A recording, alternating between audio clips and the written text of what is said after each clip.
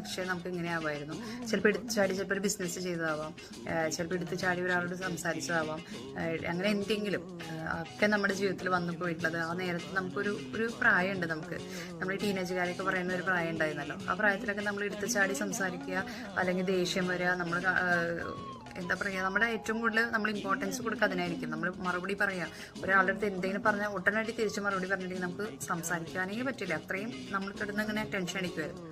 അത് ആ ഒരു ഇതുണ്ടല്ലോ നമുക്ക്. അത് കഴിഞ്ഞ് നമുക്ക് ഇത് തെറ്റായിരുന്നു പറഞ്ഞത് നമുക്ക് തോന്നുന്നൊരു പ്രായമല്ലേ, അതാണ് പക്വത. ആ പക്വതയിലേക്ക് നമ്മൾ എത്തും. ആ പക്വതയിലേക്ക് എത്തുന്ന സമയത്ത് നമുക്ക് തോന്നും അങ്ങനെ ചെയ്യേണ്ടിയിരുന്നില്ല, ഇത് എടുത്ത് ചാടി അങ്ങനെ ഒരു പ്രവൃത്തി ഉണ്ടാവേണ്ടിയിരുന്നില്ല, നമുക്ക് മറ്റൊരാളെ വേദനിപ്പിച്ച് സംസാരിക്കേണ്ട ആവശ്യം ഉണ്ടായിരുന്നില്ല.